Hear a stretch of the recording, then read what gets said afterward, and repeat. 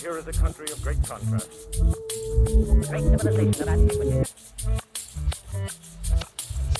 A foreign country a step away. All right, we're back. It's the Casa de Cavazos. Nathan in Wesco, Texas, Justin in Chicago, and Ada in Harlingen, Texas, providing that Tejano connection to reality. How's it going, Nathan? I heard you had to work late last night. Or is it early today that you had to work? What do you count it as? Late last night, early today. Interestingly, when we were out there, we heard like a really loud bang, like on the other side of the highway, I guess. And when we left, like 2 hours later, man, there was a car that was completely demolished. Like the engine and transmission were not even in the car. What? Hopefully that person did not die. It was bad. Like I had never heard something so loud. Wait, was it a crash or it was like Yeah, an they explosion? crashed. So like where I was working at was maybe quarter mile off the highway. So we're doing the service call, right? And we're talking and we just hear this really loud crash, but like we can't really see anything. To me, I thought I saw flames, but by the time like the guy that was with me looked, he's like, no, I don't see anything. So I was like, oh, I guess not. And then finished the job and like we went back around the highway. The cops were still there. It was blocked off. And yeah, we saw the vehicle. Like it looked like it flew off the highway, What? took the guardrail, and the engine and the transmission were no longer in the car. And the car was completely destroyed. What the hell? That doesn't seem survivable. Well, hopefully the person, not just the body, but I have no idea. Where That's was this? horrendous. What city? In Westaco, Oh, yeah, at about probably 1:30. and that's in the morning. usually drunk driving time as well. Yeah. So that's how my day started. So I missed the gym crazy. again. That sounds stressful. Like, how do you even go to sleep back home after seeing that? I don't know. I was just like, what the hell? Like, can't believe that just happened. Yeah. That's crazy. Well, in lighter news, it's summertime. Just wondering what plans you all have for your family summer vacations. Well, I already started with 2 trips. So my daughter keeps asking me what we're going to do next. I'm like, I freaking took you to 2 trips already. I took you to New York City. I took you to DC. Like, what but else DC do you want was a from work me? trip, wasn't it? She still got to hang out and enjoy the city. That's not a real trip, though. Yeah. Whatever. That's like when we go to the cheer competitions. Like, it's not a real vacation. Like, we're Mhm. there for the competition, and then we have to kind of like squeeze other things in. We're probably only going to do one more trip. And in the meantime, I think she should relax and read her books that she bought in New York. Well, we haven't decided on trips yet. We want to go somewhere. Don't know where. Maybe I'll just mess up my knee so I can be like, oh, yeah, take me to Chicago so I can get my knee evaluated. Apparently, like, if you get like surgery over there, though, like you have to be immobile for weeks. Like, it's not a good idea for you to go on a plane or a car back. I think it's fine. Couple of week vacation. I'm sold. Immobile. Yeah. I could just stay with Fred and Joan. Yeah. Yeah. They did offer. They do have a pretty big house. Yeah. I mean, they've had their children at some points live in their house for more than that. So, It's doable. yeah. But the only places to sleep are up and downstairs, though. So you'd be done anyway. That's fine. They don't got to work. So, Ada, where's your next trip going to be then? Your Probably trip, Chicago. because apparently your work trip counts as vacation. It was not fully a work trip. I thought it was fun. But probably Chicago. And then probably after that, Vegas. And then I don't know. I don't know if I'm going to have to do more DC trips, actually, from what I'm hearing. Mm. I may have to do some more fundraising trips. Although technically that wasn't a fundraising trip, the one I just did. It was more of like meet people, just see if they'll support me, whether that's financial or whether that's just emotional support or just kind of telling other people about me. You know what I just realized about this intro is like we never asked Justin about what he's doing. No, So we Justin, never what are do. your summer plans? You don't How ask are me you shit. doing? We're very selfish. Yeah, we want to know about your plans now. How are you doing? I'm going to Colorado Springs this weekend. Oh, yeah. I forgot about that. Do you even know why I'm going? For a wedding. It's not a wedding. It's a marriage celebration. Okay, well, it's marriage related, sir. Like an I don't know. anniversary? No, they're already married, but they did it like in a courthouse, or they did like a smaller, I don't remember. They did a smaller ceremony just for family, and now they're having like a celebration with friends where if you can make it, go to Colorado Springs, hang out, go to the brewery, chill for a bit. So you're going to be drunk. Those are your only summer plans. As of right now, yes, I'm working. Thing with like working in like sound in the arts, like I just had like this 2-hour meeting where I'm composing music for a show in the parks that's going up in July. So I need to be writing music and doing stuff that entire time, but no other trips currently planned. And a lot of it too is with Becca's schedule. Like her vacations are all over the place. They get assigned very specific 2-week blocks, and our 2-week block this year is going to be in December around Christmas. So other than that, no real vacations are allowed. So you're coming to Texas during Christmas time, right? Briefly, maybe even Mexico. I don't think you should go to Mexico. Mexico City? Do not go. Why? It's too dangerous, sir. I mean, the worst that could happen is you'll probably end up living there because you're deported already. They won't let me back in. Yeah. I will say, now that summer is around, I'm outside more often and I'm getting darker. I don't know if you can tell. I don't know. I thought you were kind of dark the whole time. So I don't There's know. like sometimes when I come back in winter, like freaking like Julio or someone will tell me like, "Oh, you look white. You're not going outside." Yeah, it doesn't happen over here. So Although right now it's so hot, people don't want to go outside. Yeah, it's like 90 degrees and humid here. I want to talk about if you all are considering changing your cell phone provider to Trump. Why would I ever do that? yes, I already pre-ordered $47.45 a month with the T1 for $4.99. It's amazing. Ada, have you heard about this? Yes. I think I was the first person that noticed it. So the Trump organization is releasing a cell phone and a cell phone plan that operates like many budget carriers do as an MVNO, mobile virtual network operator, which basically piggybacks off of the networks of like AT&T, Verizon, and T-Mobile to provide service, usually at a discount. It's not a deal. It's Not a deal. not? $47.45 for an unlimited plan is way more than you would pay for things like Visible or Mint. Well, it's for also a similar unlimited, plan. like for the first 20 gigabytes. Like you'll get the full speed for the first 20.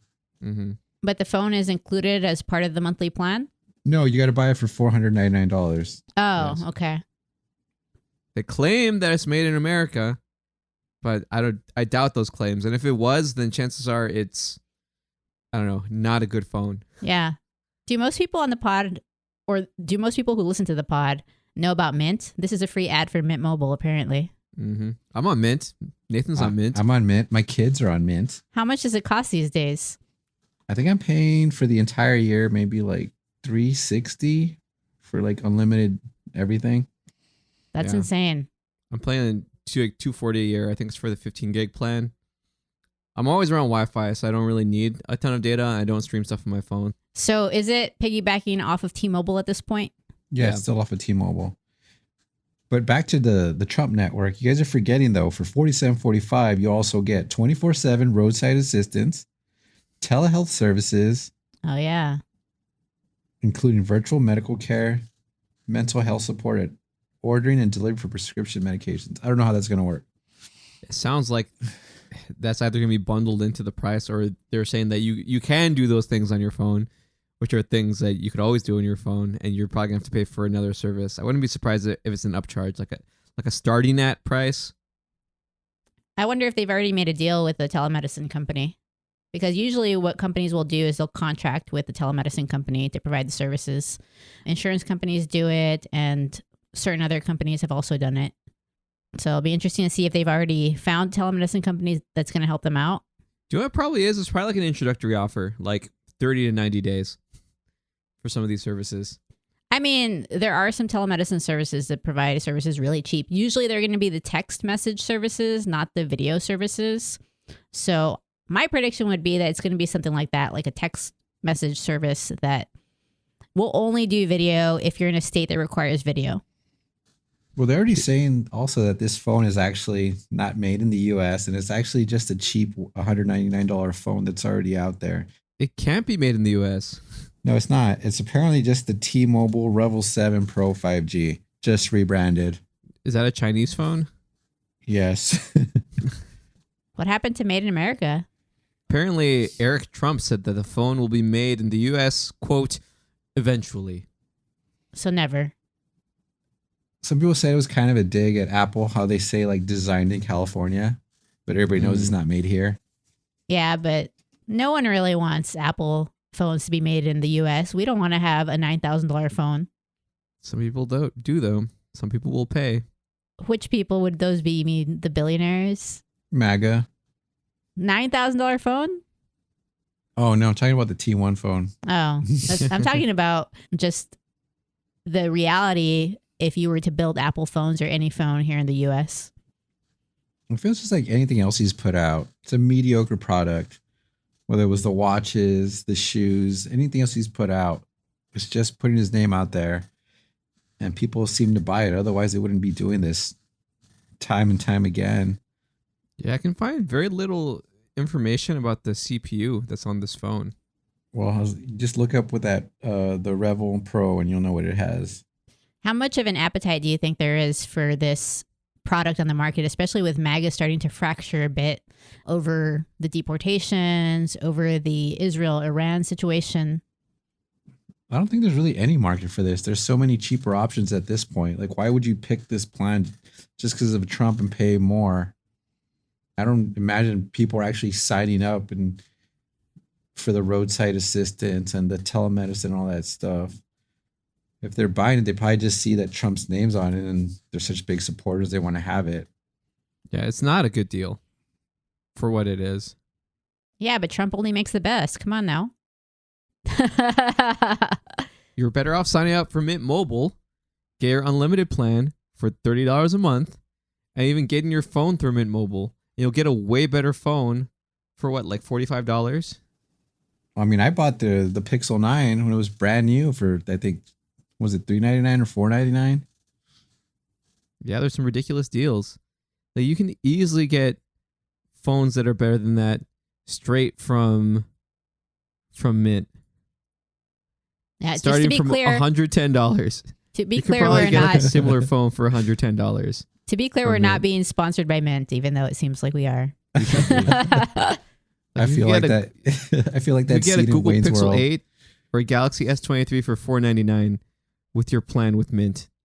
You can get even cheaper too if you want it. I mean, I want to switch to Mint with what y'all are telling me. I'm paying way too much. We told you to switch forever ago. I'd be paying like a 1/12 of what I pay now. What do you even need with your service right now? I don't know. This just seems stupid that I'm even not on Mint. Unlimited call and text. Like you barely leave the house. Like why would you need all that data? Yeah, but even then, like if she gets the full unlimited plan, I think that's even like $500 a year for the line. Just buy 2 of those lines and just $1,000. Well, I mean, maybe I'm exaggerating now. That'd be 1/12 because I have multiple lines. But I think I spend like $250 or $300 a month on Verizon with 3 lines. And you said anybody can buy the phones. Now they make you pay for the phones. It's not like they're giving you deals anymore. Yeah, you just pay them over a longer period of time, but you're paying them over a period of time that might actually outlive the usefulness of the phone. Even if phones nowadays are getting more years of updates, I don't know, a lot of people are just replacing it with the new phone, adding a little bit more to their bill because they technically haven't paid off the old phone. I don't think Ada even does that, though. I don't even think Ada does it through the plan. I think she just buys it outright from the beginning. Well, then you should do one of the MVNO services. No, I actually use the plan because I feel like I'm buying $1,000 phones lately and it's 0% interest. So it doesn't really make sense for me to just pay it up front. Yeah, but you still buy them from Apple, not from your provider, right? Sometimes from Apple, sometimes from the provider. Yeah, it seems like she could definitely move on from Verizon, but who's to say? I think the reason for Verizon initially is that Verizon, at least in the past, was the most reliable in hospitals for some reason. Well, Visible actually runs off Verizon. There's currently a promo, I think, where it's like $25 or $20 a month for the whole year for unlimited. Yeah. So you're just burning money. You're just pissing it away. Yeah, I really should consider my expenses, especially with my situation that's coming up here with running for Congress. Yeah, then you could also start your own network at that point. I wouldn't do stuff like that. That's a conflict of interest. But charge $47.44 a month. I don't know, if you were to run your own cell phone network, like what would it be? Like if it was a network that you wanted. How would I know? I'm not. No, I'm saying like if there are any like shortcomings to the networks that you're currently paying for and the perks that come with them or don't come with them, like what would a perfect network be for you? unlimited data. That would be it. Mm-hmm. Good Fast. coverage. Yeah, good What coverage. was like unlimited data, but you only had like 100 minutes? What? Of Sounds talking on the horrible. phone. Yeah. Unlimited data, unlimited calls, unlimited texts. What about roaming? What about international calls? I don't know. You see, I'm not knowledgeable enough to know what I would want. You see, you're forgetting this though. The Trump phone says it has free international calling to over 100 countries. Doesn't What? Mint have free calling and text to Canada and Mexico? Yeah, I think so. I don't do international calls, but Not yet. what? What do you mean not yet? Who would I be calling internationally in the future? I don't know. I know foreign diplomats. Yeah, you're in Congress. You act like you're not going to talk to anybody. Do you think in the House of Representatives you're like talking to foreign diplomats on your own? I feel like no. Oh, never mind. It's America first. You're right. You don't need this. So with Mint, you get free calls to Mexico, Canada, and the UK now. They must have added the UK recently, and you have free texting to over 190 countries. What about when I travel to Switzerland? Will I be able to use my Mint phone there? In what way? Just like seamlessly, like that. What was one thing that Verizon did? You just seamlessly can use your phone in other countries, but of course, like it costs a little more. Yeah, so basically they have what they call the Minternational Pass, where you choose between 1, 3, and 7 days to have data and calls and texts. Oh, okay. It's limited, but I think it was like $25 for a week. Oh, that's good. And remember, it's sponsored by Ryan Reynolds. Is he still with the company? It's one of the owners still. Okay, I'm not sure if he's still with the company because I had heard he was considering selling his stake. Well, T-Mobile actually finally owns it now. Mm. Okay. Yeah, so you can do 1 day for $5 for 1 gigabyte of data, 60 minutes of talk, 60 text messages. 3 days for unlimited data with 3 gigabytes of high-speed data, 200 minutes of talk, 200 text messages, or 10 days of unlimited data, 10 gigabytes high speed, 500 minutes of talks, 500 text messages for $20. Nice. Damn it. We're finally sullied by ads. This was a long... If it was an ad, they would be paying us. Well, keep it They should going. pay Maybe, us. maybe Ryan Reynolds will hear this. I feel like the only thing that people in the Valley probably wouldn't care about with Mint is just like that the best rates you can get are the ones that you have to pay upfront. I think a lot of people can't really afford to pay upfront.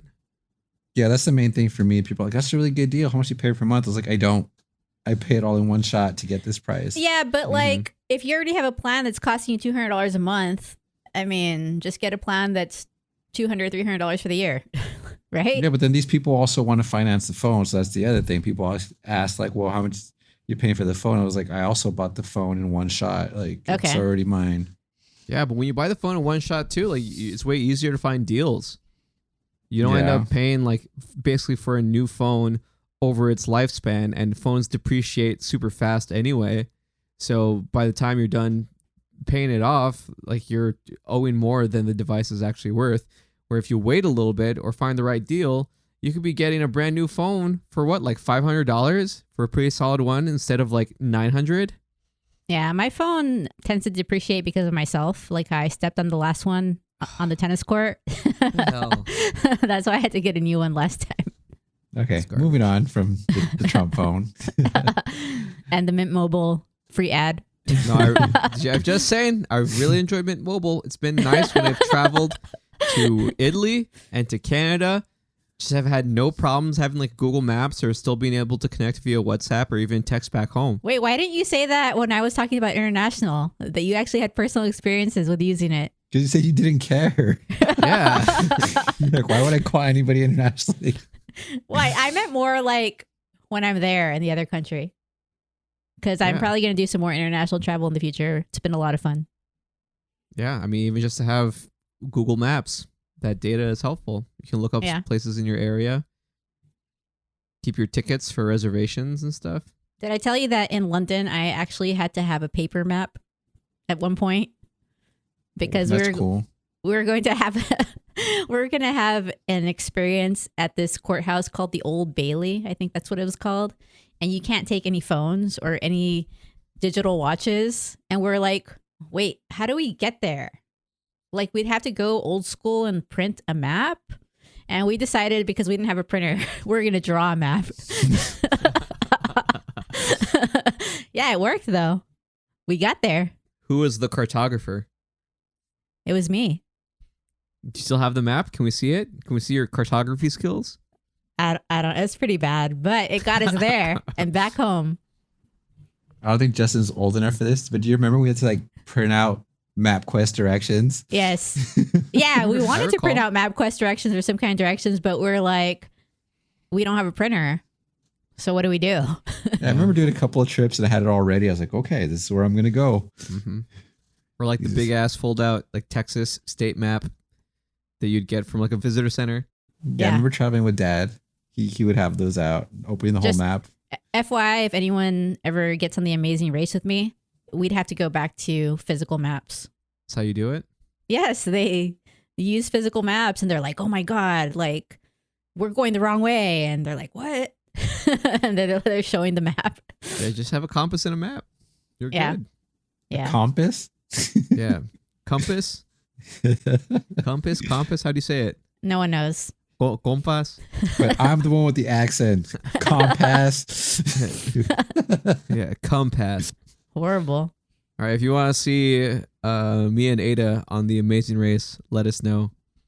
I feel like we might have a chance, but also Ada will get distracted by just weird stuff. Like what? What would I get distracted by? I don't know.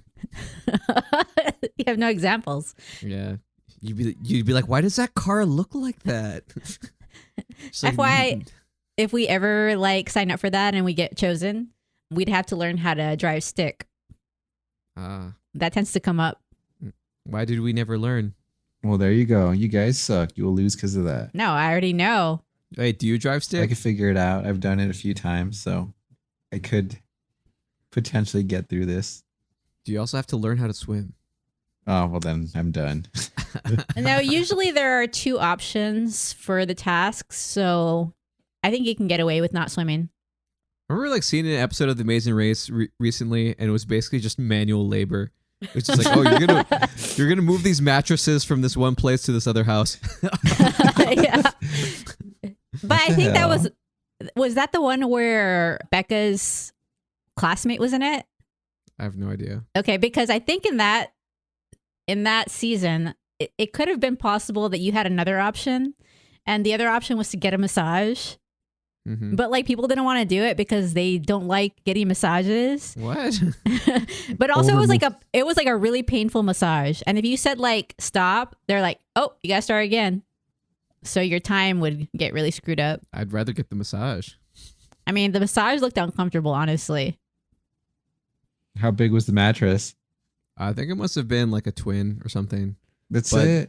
but people had to carry them by themselves, like one person per mattress. Yeah, I could do that. Yeah, but it was like it looked like it was across a couple of blocks and then up some stairs when you got into the building too. Yeah, yeah. Yeah, it'd be Yeah. easy. I know what you're talking about. I saw that episode. Yeah, I've had the massage in Thailand.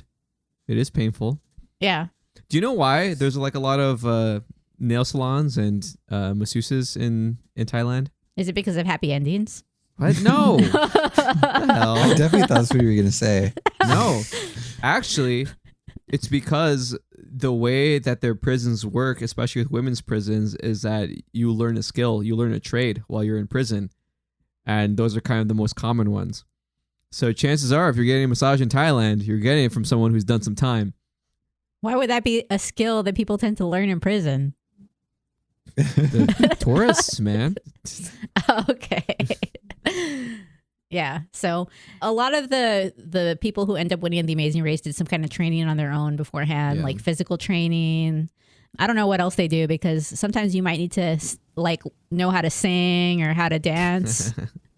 You don't know how to do anything. So what I'm saying is I'd have to train in singing and dancing and driving stick. And maybe how to give massages. Yeah. You know who needs a massage is Tyrese Halliburton with that calf strain. Did that happen to him during the game? Yes, it did. Okay. I don't think they were going to win that game anyway. It's over tomorrow night. Prediction. 6 games. Nathan's prediction lives. I hope it's not over tomorrow night. That would be the most interesting. But Oklahoma City just looked undeniable last game. There's a world where both mine and Nathan's predictions fail if Indiana wins tonight and then loses next game. He loses in 7. Yeah.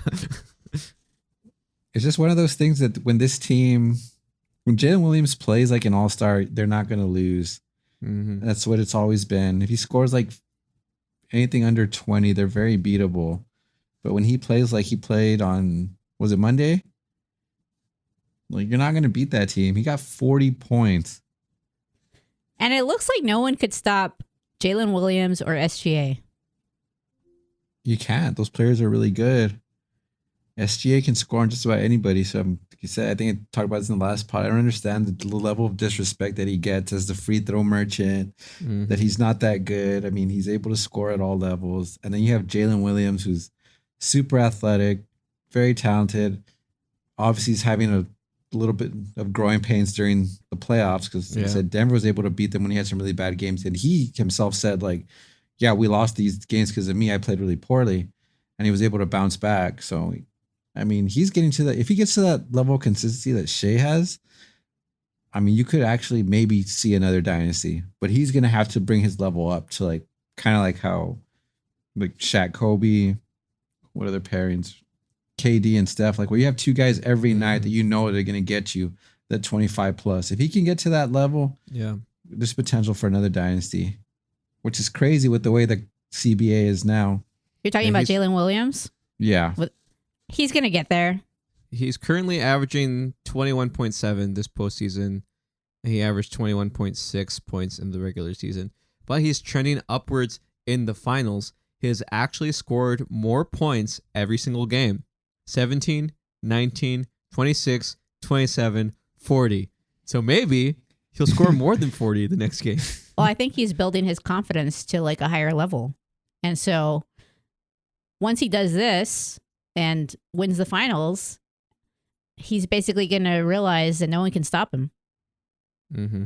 Maybe he didn't fully believe that before or something, but when it happens at this level and you can score 40 points and no one can stop you, that basically makes you feel invincible.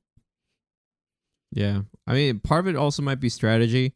If they know that they're going to key on SGA, they're just going to encourage more volume from Jalen. During that game, he shot more shots than he had in any game this series. He hasn't really been shooting over 20 shots a game like that game. Well, they don't need him to shoot that many shots per game. I mean, you have the MVP on your team. Mm-hmm. But at the same time, like, you have to let him grow. That way he's happy staying on that team. But actually, it seems to me that Jalen could be more unstoppable than SGA ultimately. I mean, as far as driving and stuff, but like he doesn't have like the footwork and the mid-range that Shea has, which is what makes him really dangerous.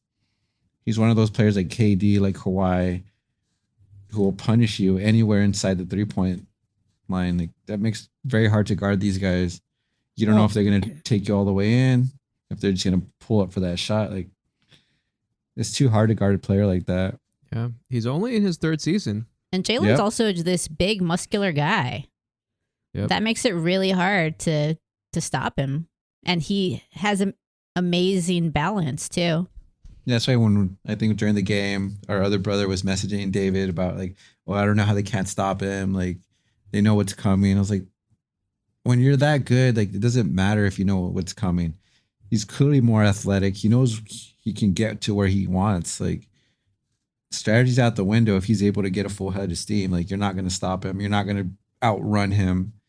It's just the way it is sometimes. If the player's more athletic than you, they're going to be able to do what they want. I mean, you have to do something drastic, which, I mean, are you going to be double teaming a guy full court? Well, speaking of SGA, I think that's more of a haters going to hate thing as far as all the negative talk towards him. I haven't seen anything that supports any negativity towards him. Honestly, whatever he is doing is way more palatable than the worst we saw of Harden. Like I remember how bad like the worst like Harden like free throw hunting was. Yeah, I mean, they even changed the rule, like that whole swing through thing. Yeah, because he was just getting so many free throws just swinging through, and they're like, no, like Yeah, you can still get free throws that way, but you got to be in the bonus already. He was getting like shooting fouls before they adjusted that rule. Yeah. You don't get to the line so many times if you're not attacking the way the SGA does. Yeah, SGA is one of the best, it looks like, in terms of body control. It looks so easy. Yeah, I think I was watching First Take the other day, and they're talking about how, like, is he already a Hall of Famer if they are able to win this championship? And a couple of the guys said, yeah, like, for sure, like, you're MVP, multiple All-Star appearances. He's going to be the Finals MVP. I mean, Jalen's one game is not going to overtake what he's been doing. He's consistently at either right at 30 or over. But I found it interesting. It was like, oh, Stephen A was like, oh, well, I don't think it's a for sure Hall of Fame resume. What if he like gets injured and starts playing like really poorly? And it's like, I mean, voters are going to notice if he has an injury that where he doesn't return, he's never the same. And like, oh, you know what? You're not a Hall of Famer because you didn't come back the same. I mean, I think he's already in that category where you've seen what he can do, like at his best, like he's able to dominate the league. And like I said, the only thing that people were waiting on is can he take this team to the top? And barring a crazy turnaround, I think this is it. He's going to do it already and probably can do it again. I said, I thought last year they could have done it. We've talked about this at length, where he was so unlucky. He played great defense in the corner, but the shooter double clutched and was able to get a foul call instead. But I mean, they would have probably gone to 7 if that hadn't happened. And who knows what happens. Yeah. There are a lot of players that are not as good as SGA that are in the Hall of Fame. Well, I just thought about what you said about the injuries, and that made me think of Bill Walton.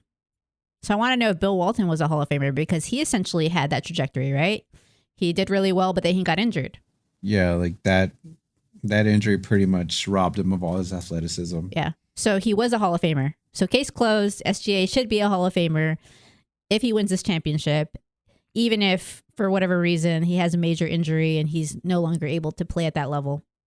Mm-hmm. Yeah, but the way that the Basketball Hall of Fame works, though, is not all of it is necessarily just about playing careers. It's also about impact on basketball. Yeah, of course. And he was a good commentator for a long time. And I mean, there's so many different things that influence whether you get in or not. But I think Bill Walton, like just on his resume, pre-injury would have made it anyway. Because everybody that talks about him, I think our dads talked about him, like he was one of the best players he had ever seen. Mm-hmm. But post-injury, and you got to remember, like the time when he was playing, coming back from some of these injuries wasn't a guarantee. Like some of the surgeries weren't as good, rehab wasn't. So he said he never came back the same. Yeah. And you look at players who are in the Hall of Fame, like Yao Ming, too, another person whose potential was in the NBA was cut short by injuries. And you could make the case that maybe he wasn't deserving, but also he did a ton for China. the NBA's relationship with China, which is huge for basketball. Yeah, I like that about the NBA. It seems to be more than about just what you did on the court. Mm-hmm. Every other sport, I feel like you get in, it's basically you have to have the stats to back up. You have to be on the right team, too. Yeah. That's what's crazy about the NBA. That's why you still have arguments to this day where people are like, oh, Kobe's not one of the best players of all time.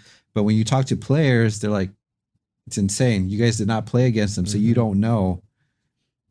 Like, we just look at stats and go, they're like, I think I saw LiAngelo and Lonzo. They were on a podcast and they were talking about this. And he's saying that he doesn't have Kobe in his top 5. And he's like, can't have him there. Like, he's or greatest of all time. Like, he's missed too many shots. Who, LiAngelo or LaMelo said that? Lonzo. Oh, Lonzo said that. It's Lonzo and LiAngelo. Uh-huh. And LiAngelo's like, Black Mamba, you got to take all those shots. But yeah, I find it interesting, though. When you ever hear about Kobe, like, player's perspective, for sure, he belongs there. Mm-hmm. Greatest of all time. If not, right there, number 2. But when you listen to media, you talk to other people, they never want to put him up there. I mean, you saw the rosters that Kobe was with post Shaq. Yeah, and of course they didn't win very often, so they kind of knock him on that and say, "Well, LeBron was going to the finals." But you got to remember, like the West was so dominant during that time. Mm-hmm. There was no player dragging any group of bums to the finals. It just wasn't possible. You had to be really good to even get out of the West.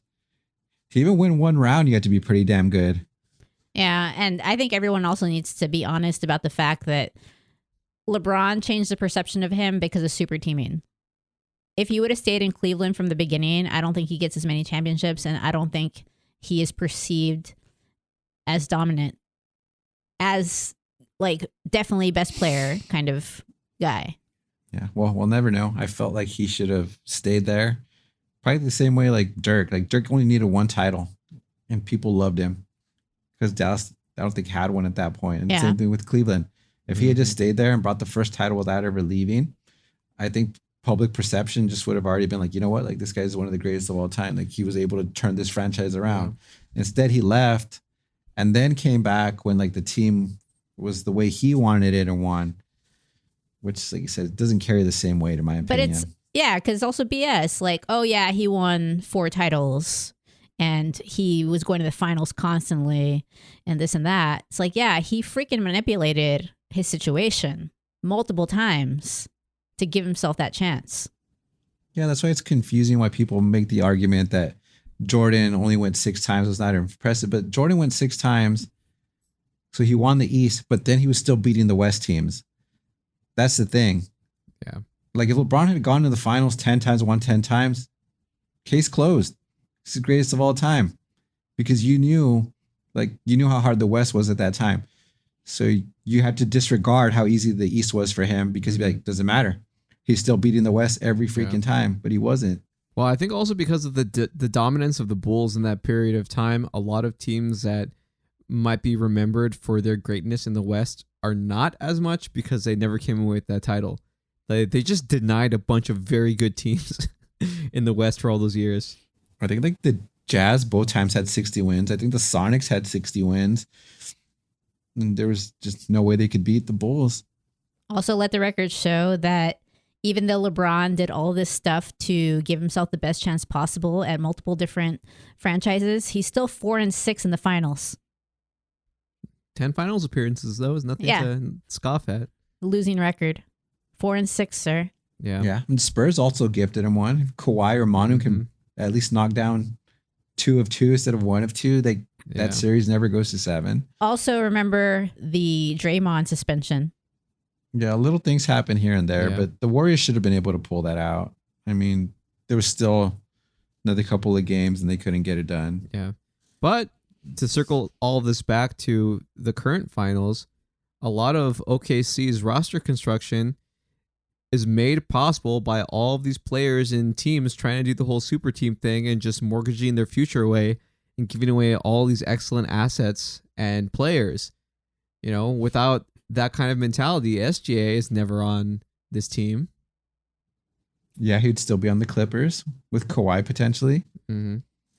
You know, and they still have a bunch of assets. They haven't given up a ton in order to be where they are today. And if this is going to be an OKC dynasty for a few years, they're basically going to block all these people that tried to super team, like KD, like LeBron, like Kawhi, from getting any more championships the rest of their career.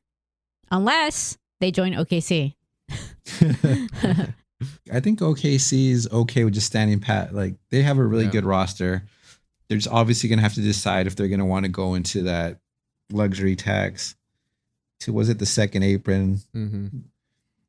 Because, I mean, that's really what breaks up these teams at this point. They don't want to pay all that tax. Maybe LeBron will make the decision to make like $5 million a year and go to OKC. He would never. He would never. Well, he's not going to win any more championships. I'll tell you that. I don't think he would fit there. Do you watch this team? Like the entire team is together. Like when they interview the star player of the game for every single game. Yeah. Like just regular season games. I think he also wouldn't even be a starter. He'd slow them down. Who would you sit? I would sit LeBron, I'm saying. Oh, so you'd sit Hardenstein then. So I'm assuming. No, I'm just saying LeBron wouldn't be a starter in OKC. Yeah. Wow. What's really interesting about this team is that, yes, you have the league MVP, but you have a bunch of young players who aren't even close to hitting their prime yet. Like, if they can keep that team together for another 3 or 4 years, it's going to be insane. At least the core pieces, you know, J-Dub, Chet, you know, maybe Hardenstein will stick around, get better, make better decisions. Got to keep Caruso though. Don't be like the Lakers and let him go after you win one ring. Yeah, that guy's really good. Dort, you got to keep Dort as well. Why does it feel like Dort always makes the three? He really developed. There's a good article about him right before the final started, about how he was like even undrafted. He's like money on the three. It was interesting that in the first couple of games of the finals, he was actually kind of off. Yeah, he had been pretty on prior to this series. So that probably also affects their chances of winning significantly. Well, we'll see. I mean, Indiana's going to have to lean on Siakam, I think, at this point. Even if Halliburton can play, it looks like he's going to be hindered a little bit. So, I mean, they had their chance. Game 4, we all saw it. That hurt a ton. I kind of like was like, sit, it's done. You can't blow the game like that. But they didn't play Indiana basketball. Yeah. It's so interesting just looking at this Thunder roster and going to folks' stat pages and seeing how many of them have just had their entire careers with the Thunder. Like Dort has been with them since his rookie year. Jalen Williams too. Obviously Chet. Yeah. Well, maybe going forward, the super teaming will kind of go away. It's already gone away. I think we've talked about how the CBA kind of makes it very hard. Like if you want to build the super team, you're only going to have those 2 or 3 guys and you're not going to be able to afford anybody else. Yeah. And we've already seen the worst version of it with the Suns. Like on paper, that team should have been really, really good. Instead, they had 0 depth and they wouldn't even be able. I mean, I was kind of surprised they didn't even make the playoffs this year. Like not even the play-in. Bad news. I can't believe that Shea is only 26. Yeah. And like I said, they were already talking. There was already whispers of like, oh, maybe he's not that good if they couldn't get it done this year. Like I said, to me, if they didn't get it done this year, they'd probably get it done next year anyway. Like they're right there. Well, it seems like a dynasty as long as they win this series. A potential dynasty. Yeah. A lot of things could change. I really do hope this goes to 7 and that we get some good games. I mean, Halliburton has to come back from that, even if he is hurt, and show a little bit more than he was before. I don't know. It's just the shot attempts, they bother me. The number of shot attempts being so low. Well, he's just not a high volume guy in general. He can be, though. He is capable. But you don't want to force it and then just make horrible decisions. I don't know. I think he can do it. We'll see what happens at this next game. I would like to see it go to 7. I would like to see my prediction also come true. I'd be very interested to see what needs to change in order for Indiana to come out of this, because it looks like they've just gotten their hearts ripped out 2 games in a row, and they might be emotionally done. So, who knows? Is that a good a time as any to end the pod? It's a good time to enjoy the sun and the summertime. Yeah, I'm getting like that post-lunch malaise. Like I'm feeling a little bit tired after eating. So I'm ready to end the pod. So don't forget to follow the pod, like it, rate it 5 stars on all the platforms: Spotify, Apple Music, Apple Podcasts, iHeart, Amazon Podcasts. Wherever you get your podcasts, go to casadecavazos@gmail.com. The mailbag is still open at casadecavasospod@gmail.com. Did I say Gmail twice? No. Fuck. No. Go to casadecavasospod.com or casadecavasospod@gmail.com and follow us on Blue Sky. Follow us on Instagram. Brother Jared is sharing some clips if you want to relive your favorite Casa de Cavazos moments on Instagram. We'll see you later. All right. Until next time. Bye.